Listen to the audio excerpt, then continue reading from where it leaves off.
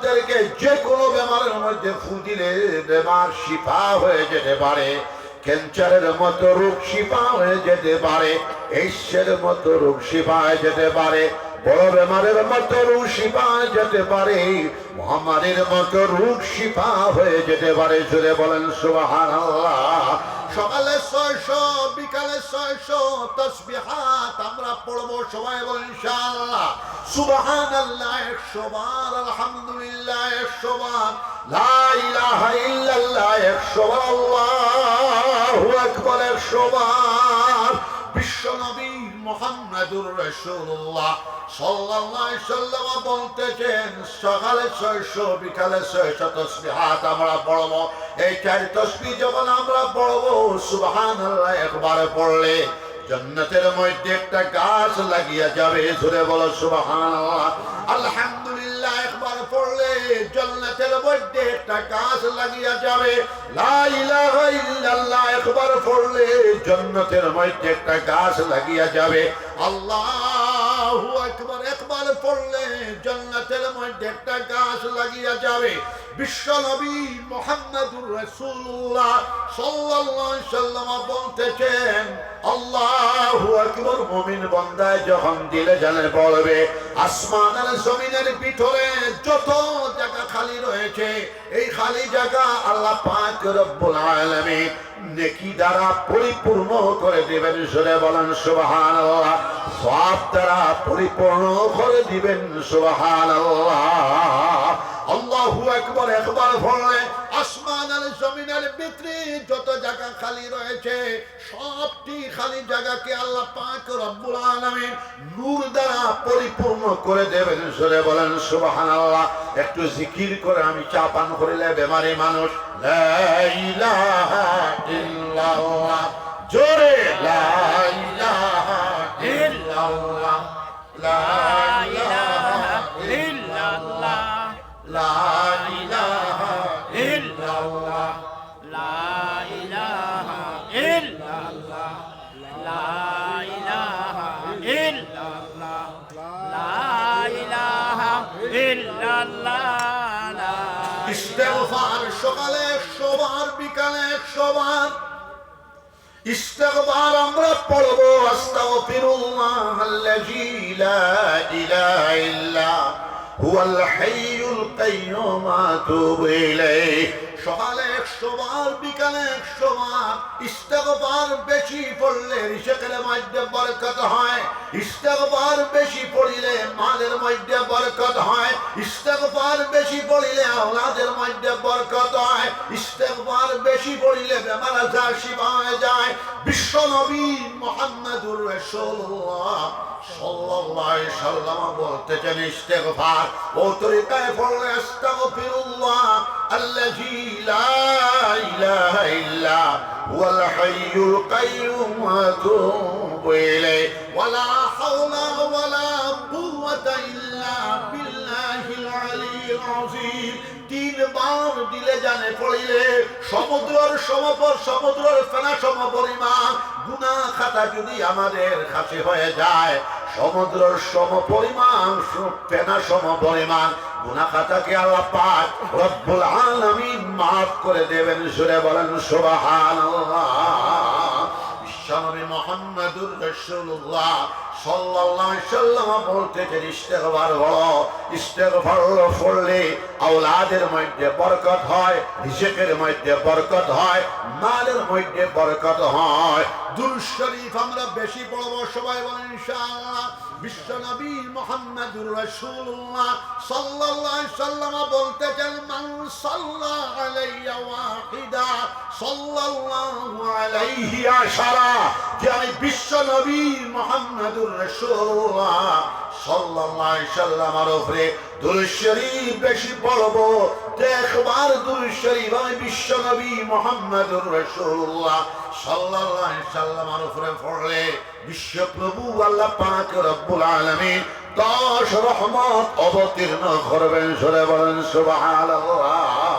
এই হাদিসের ব্যাখ্যার মধ্যে আসতেছে, এই হাদিসের তাওজীহের মধ্যে আসতেছে, এই হাদিসের ভাষ্যের মধ্যে আসতেছে, तमाम विश्व कायनातेर जन्य तमाम विश्व ब्रह्मांडेर जन्य तमाम पृथिवीर जन्य तमाम कायनातेर जन्य तमाम आलमेर जन्य आल्लाहर एक रहमत যথেষ্ট কাফি কিন্তু বিশ্ব নবী মুহাম্মদুর রাসূলুল্লাহ সাল্লাল্লাহু আলাইহি সাল্লামের উপরে একবার দুরূদ শরীফ পড়লে আল্লাহ পাক রব্বুল আলামিনের 10 রহমত অবতীর্ণ করবা জোরে বল সুবহানাল্লাহ দুরূদ শরীফ আমরা নিচে 100 বার সকালে 100 বার বিকালে 100 বার নিচে 200 বার মাঝামাঝি 500 বার উর্দে 1000 বার 2000 বার 3000 বার 4000 বার 5000 বার দুরূদ শরীফ আমরা পড়ব দুরূদ শরীফ বেশি পড়ে ঈমান জিন্দা হয়ে যায়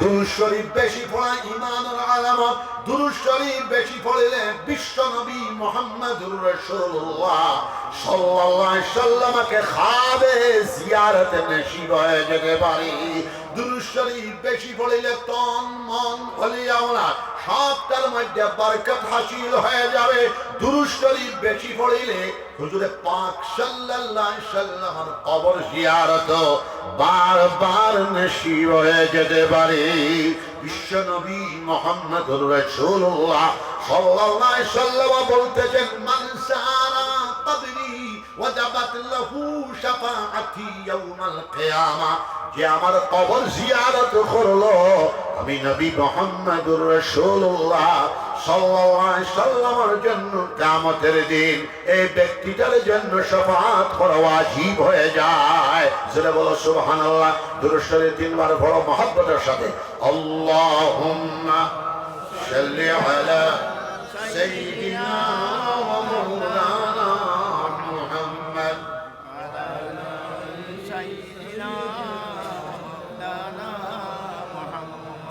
আমার বাবাজি মুসলমান আমরা বেশি বেশি করে আল্লাহর জিকির করব বিশ্বনবী মুহাম্মদুর রাসূলুল্লাহ সাল্লাল্লাহু আলাইহি সাল্লাম বলতেছেন লা তাকুমুস সাআ হাত্তা ইউকাল ফিল আরদি আল্লাহ আল্লাহ ততক্ষণ পর্যন্ত কিয়ামত সংগঠিত হবে না যতক্ষণ পর্যন্ত জমিনের উপরে একজন মর্দে মুমিন আল্লাহ আল্লাহ कहने वाला मौजूद থাকবে আল্লাহর জিকির করনে वाला मौजूद থাকবে আল্লাহর নাম জপনে वाला मौजूद থাকবে বিশ্বনবী মুহাম্মদুর রাসূলুল্লাহ সাল্লাল্লাহু আলাইহি সাল্লাম বলতেছেন আল্লাহর জিকির করলে 100টা ফায়দা হওয়া যায় আল্লাহর জিকির করলে রিজিকের মধ্যে বরকত হয় আল্লাহর জিকির করলে মালের মধ্যে বরকত হয় আল্লাহর জিকির করলে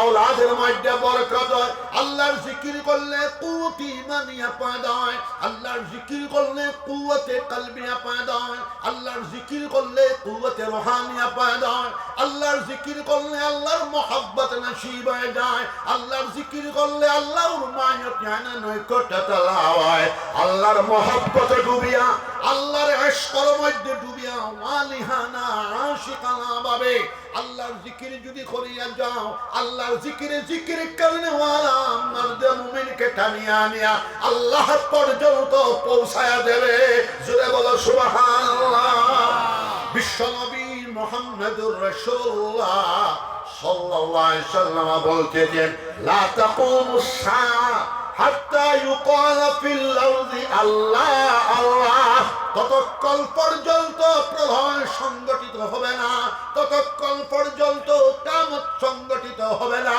যতক্ষণ পর্যন্ত জমিনের উপরে একজন মর্দে মুমিন আল্লাহ আল্লাহ कहने वाला আল্লাহর নাম জপনে वाला আল্লাহর নামের জিকির করনে वाला মওজুদ থাকবে জোরে বলো সুবহানাল্লাহ বিশ্বনবী মুহাম্মদুর রাসূলুল্লাহ সাল্লাল্লাহু আলাইহি সাল্লাম বলতেছেন নিজাম মারারতুম বিরিয়াজিল জান্নাহ ফারতাউ কিলা ওয়া মা রিয়াজুল জান্নাহ ক্বালা হিলাকুল যিকির যখন তুমি জান্নাতের বাগিচার নিকট দিয়ে যাও খুব খায়ো সাহাবায়ে কেরাম রাদিয়াল্লাহু আনহুম আজমাইন গণ বলতেছেন ইয়া রাসূলুল্লাহ ওয়া মা রিয়াজুল জান্নাহ আয় আল্লাহর রাসূল সাল্লাল্লাহু আলাইহি সাল্লাম জমিনের উপরে জান্নাতের বাগ কোনটি নবীজি বলতেছেন জমিনের উপরে জান্নাতের বাগ হলো আল্লাহর জিকিরের মজলিস লা ইলাহা ইল্লাল্লাহ জুড়ে লা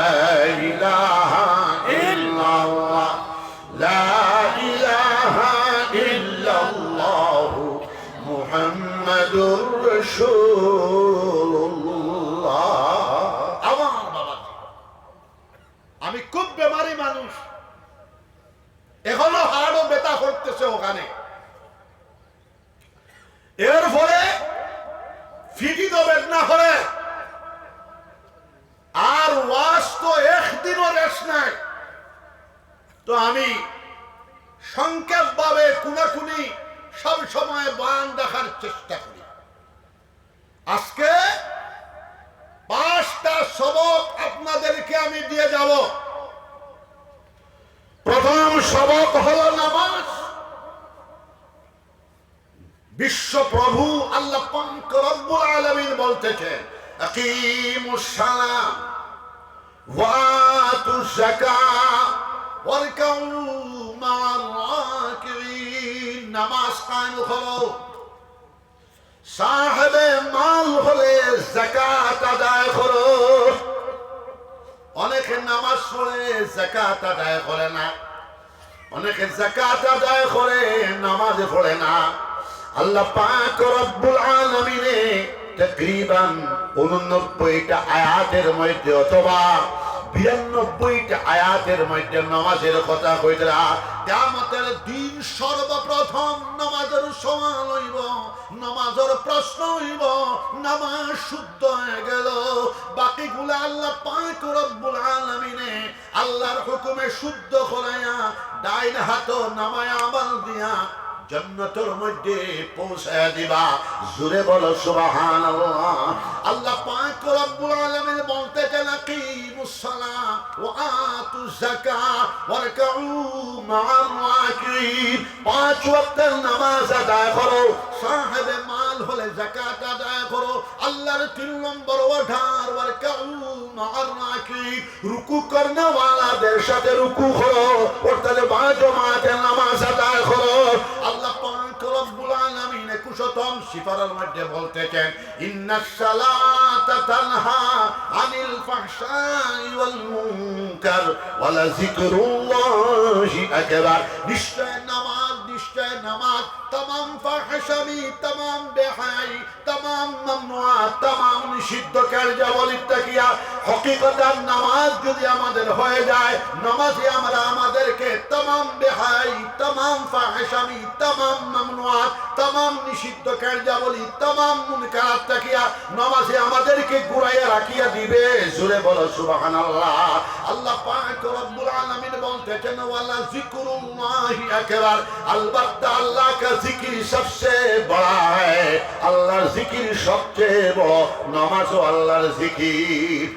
सुभान আমরা হাজিরানে মজলিস 5 ওয়াক্তের নামাজ আমরা জামাতের সাথে আদায় করলে হাত উঠাও সবাই ইনশাআল্লাহ।